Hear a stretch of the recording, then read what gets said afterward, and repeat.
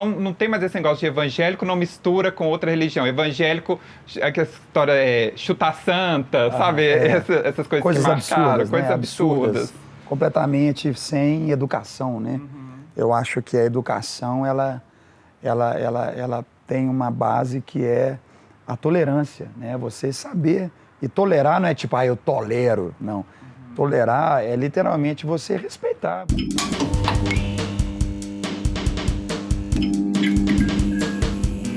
Ei, gente, mais um Deixa Eu Te Contar no ar. E hoje tem um astro da música aqui, da música gospel, André Valadão, um querido. Obrigado pela presença. Obrigado a você, Gui. É um prazer estar aí, cara. André, eu fico assim, impressionado com o seu mundo, com as suas redes. Você tem 1,3 milhões de seguidores no Instagram. É uma loucura, a agenda de show lotada. Em novembro eu estava contando, tem 15 shows. Assim, tem uma indústria do gospel, uma coisa gigante que muitas pessoas não conhecem. Como que é isso? O Brasil é um país cristão, né? Seja católico ou evangélico, mas a base do nosso país é um país cristão. E graças a Deus por isso, porque apesar de toda diversidade e dificuldade, a base da fé, né, cristã no nosso país permite que a gente tenha um país maravilhoso. Então isso é muito legal. E a música, ela rompe barreiras mesmo. A música, ela entra na casa, entra no carro, entra no coração das pessoas. E o Brasil tem muito disso, né? O Brasil é um país musical, o Brasil é um país artístico. E se você desenvolve bem a sua arte, no meu caso, levando a palavra de Deus mesmo, né, através da Bíblia e tudo, do Evangelho, tem conseguido chegar na vida de muitas pessoas. E isso é muito gratificante, é muito prazeroso. Eu vejo também, assim, que virou, acho que tá por essa questão da música, uma coisa pop. O gospel hoje, ele é pop. Você vai na Eliana, você vai na Fátima Bernardes, você vai num monte de lugar. Tem igreja que tem festa, que tem balada. Como que você gerencia tanta coisa? Como é que é isso? Olha, eu não sou uma pessoa religiosa. Acho que é complicado dividir assim, a questão, o pastor do artista, né? É o seguinte, Jesus ele não veio trazer uma religião, ele veio trazer uma vida. E vida não é religião, né? A gente tem que viver a vida. Você tem que trabalhar segunda-feira, você tem conta para pagar, você tem filho para criar, esposa, marido. A vida é assim, a gente não vive dentro de uma igreja. Pelo contrário, a gente vive na vida. Então, a realidade do Evangelho, o contexto que eu acredito, ela é para a vida. Como eu posso ser um bom empresário, um bom marido, um bom pai, como eu posso ser um bom amigo, como eu posso me relacionar com as pessoas. Então, isso é a verdade do que eu acredito que é realmente o Evangelho. Jesus, ele andava com todo mundo. Jesus era jovem, Jesus tinha 30 anos, né? Tem passagens na Bíblia que chegam a dizer, cara, que Jesus, ele era amigo de prostitutas e beberrão. Por quê? Porque ele sabia conviver com todo mundo. Ele não ficava só dentro da sinagoga. Ele ficava com as pessoas. Então, essa questão do evangelho cada vez mais pop, eu acho que é um entendimento muito, muito legal. Que é entender que não é dentro de uma igreja simplesmente, mas é levar para o cotidiano da vida o evangelho. Eu acredito nisso e eu vivo assim. Eu tenho uma lembrança, assim, de criança e acho que de criança, de umas tias avós minhas que são evangélicas. Eu acho que naquela época, há 20 anos, a coisa era muito diferente. Eu lembro, não o caso delas, mas tinha assim, a pessoa não podia cortar o cabelo, Exatamente. usava saia, só usava saia, depois do joelho, não podia... mulher não podia usar calça. Exatamente. Aí eu fico vendo, gente, vocês olham o pastor aqui, olha o estilo. Eu tô o quadrado hoje. O Gui veio de pastor. Eu vim de pastor fantasiado e ele veio de Gui. Então, assim, você é um cara fashion, um cara que gosta de moda. Não existe mais, né, esses pequenos dogmas, assim, que fazem, às vezes, uma fama ruim da igreja. Eu acho que não existe. Eu posso dizer, assim, que são escolhas. Existem sim as igrejas que continuam mantendo um padrão mais tradicional, como tudo na vida. Você pode ir para um restaurante fechado no ar-condicionado, como você pode comer, às vezes, um prato um pouquinho diferente num barzinho da esquina. Eu acho que são escolhas. As pessoas, elas têm hoje, pelo Evangelho, elas têm opções de uma igreja mais moderna, de uma igreja mais tradicional, de condutas onde elas se sentem mais à vontade, entendeu? E aquilo que a gente caminha aqui, eu sou pastor já há 16 anos, e naquilo que eu vivo e entendo, eu acho que é uma coisa mais contemporânea, ela consegue atingir realmente mais pessoas, né?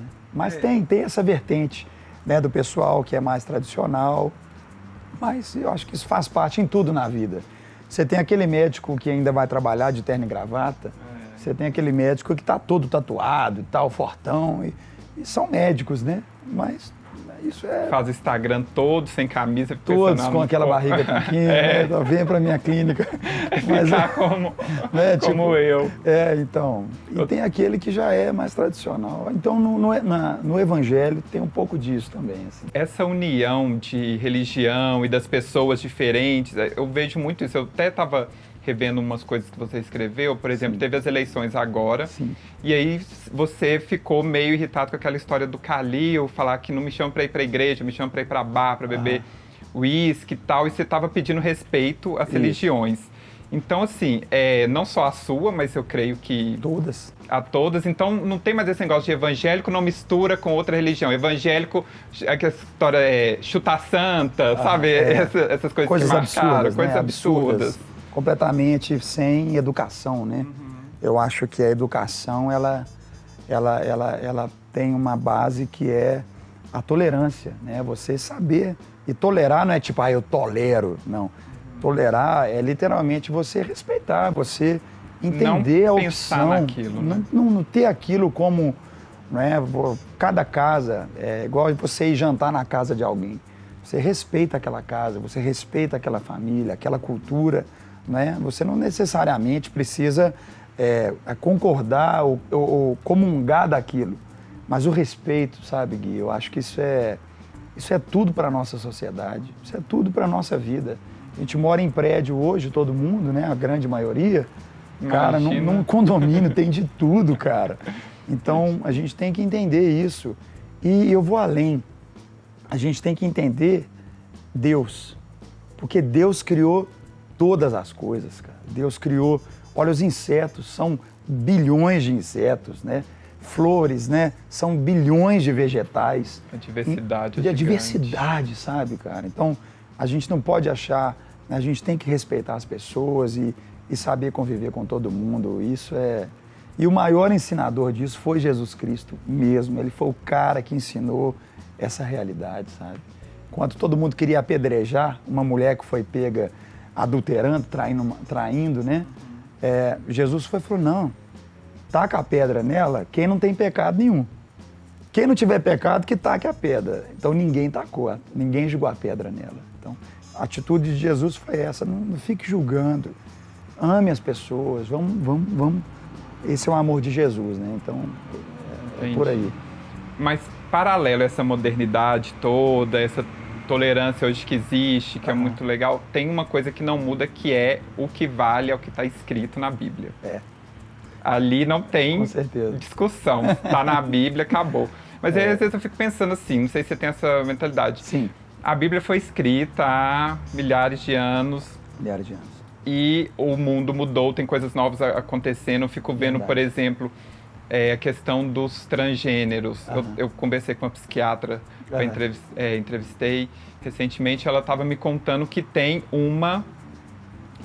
acontece quando o feto está se formando, o cérebro não conecta com a genitália que está sendo formada por um erro genético, e aí a pessoa não responde àquela genitália. Então já tem uma criança com 2 anos que ela dá sinais de que ela tem um comportamento que não corresponde com a genitália dela, por exemplo. Eu creio que isso não é uma opção e não é uma escolha.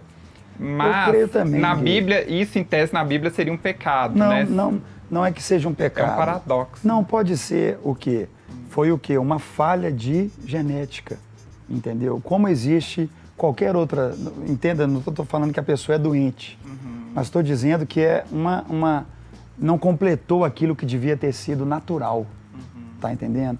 Ninguém tem o direito de julgar essa criança e tudo, mas já foi até comprovado que não houve uma coletividade comum e natural daquilo que deveria ser, de acordo com a genitália da pessoa, dela ter nascido com aquilo, entendeu? Então, entenda isso aqui, quando falo é uma deficiência, não é que a pessoa é doente, mas é realmente não completou. Então existe uma, digamos, entre aspas, uma tolerância, existe um entendimento. Claro que existe, é lógico. Tipo, não é porque na Bíblia não está dizendo. E até alguns dias atrás eu citei isso no meu Facebook e foi muito forte, né? Já passou de 8 milhões de alcance de pessoas sobre o tema, onde eu falo o seguinte: eu não vou falar minha opinião, eu só vou ler a Bíblia. Né? Exatamente. Porque o cristão, todos nós temos opiniões, todos nós, cara. Mas se a gente corre para uma base da vida, no caso do cristão, seja católico, evangélico, é a Bíblia. O que a Bíblia fala, né? Então a gente está ali, a gente lê a Bíblia e procura seguir aquilo do que está escrito na Bíblia. E a Bíblia fala sobre amar, sobre não só apenas respeitar, que a gente já falou, mas a gente saber entender. Cada pessoa é uma pessoa, Gui. Cada pessoa é uma pessoa. Cada um de nós tem um background na nossa história, cara. Cada um de nós tem alguma situação na nossa vida que nos faz ser quem a gente é hoje, entendeu?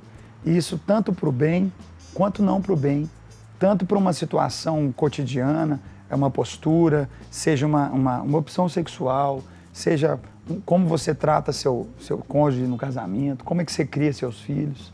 Todos nós, isso tem uma história na nossa vida, entendeu? E a Bíblia, ela traz um ensinamento para isso, né? E manter esse ensinamento é um caminho tortuoso, é osso. Falando um pouquinho de carreira, você está com novidade agora, né? Verdade. O que você pode contar que vai acontecer nesse final de ano, começo do ano que vem? Então, eu tô, né, a turnê Crer para Ver, que é o meu último disco, tem sido, graças a Deus, um sucesso aí no Brasil e a gente está muito feliz. E agora, para 2017, estou lançando meu primeiro projeto em inglês, o primeiro CD em inglês, também com vídeo, né? Porque hoje o digital é extremamente forte e a gente está lançando esse projeto, graças a Deus, e ele é intitulado Bossa Worship. Worship é adoração. A minha formação é americana, eu estudei em 3 seminários lá e tenho muitas conexões e eu estou lançando o primeiro disco e é o primeiro disco de bossa nova gospel que existe, não tem. Então é uma bossa nova gospel, tá bem. Né, em inglês. E esse é o André Valadão, esse sou eu, a gente pega e faz. Né? Essa eu quero ver, vai ficar uma mistura interessante. Tá lindo, os gringos já ficaram doidos, Gui. Tá doido, porque eles amam, né? Sim, é muito forte. E todo vídeo nós fizemos no Rio de Janeiro, em várias áreas do Rio de Janeiro, os videoclipes. Tá muito legal, tá lindo, porque Brasil é bossa nova, Brasil é samba, e esse disco é um disco gospel de adoração, com os maiores sucessos das músicas americanas até hoje, mas em versão bossa nova. Todo mundo vai gostar, e eu tô gastando meu inglês, né? Tô tentando. Você tem um espanhol já, né? Pouquito, sim, pouquito. Pouquito? Tem um espanhol, foi um espanhol, sucesso. eu lembro espanhol. Né, a gente esteve junto para falar dele. Foi. E em 2017 tem esse projeto. E tem mais outros chegando, porque esse Bossa Worship, ele é para o mercado estrangeiro mesmo. Né? A gente vai lançar na América do Norte. Mas com a internet, né, acaba sendo para o mundo todo. Tá para todo mundo aí. André, queria te agradecer, adorei. Imagina, Gui. Muito bom papo, obrigado, sucesso. Gui é sucesso essa Belo Horizonte para o Brasil. E o André no mundo, né? Daqui a pouco tá na China aí, gravando. Já pensou, né? Obrigado, viu? Um prazer, Gui. Deus abençoe você, todo mundo. Adorei.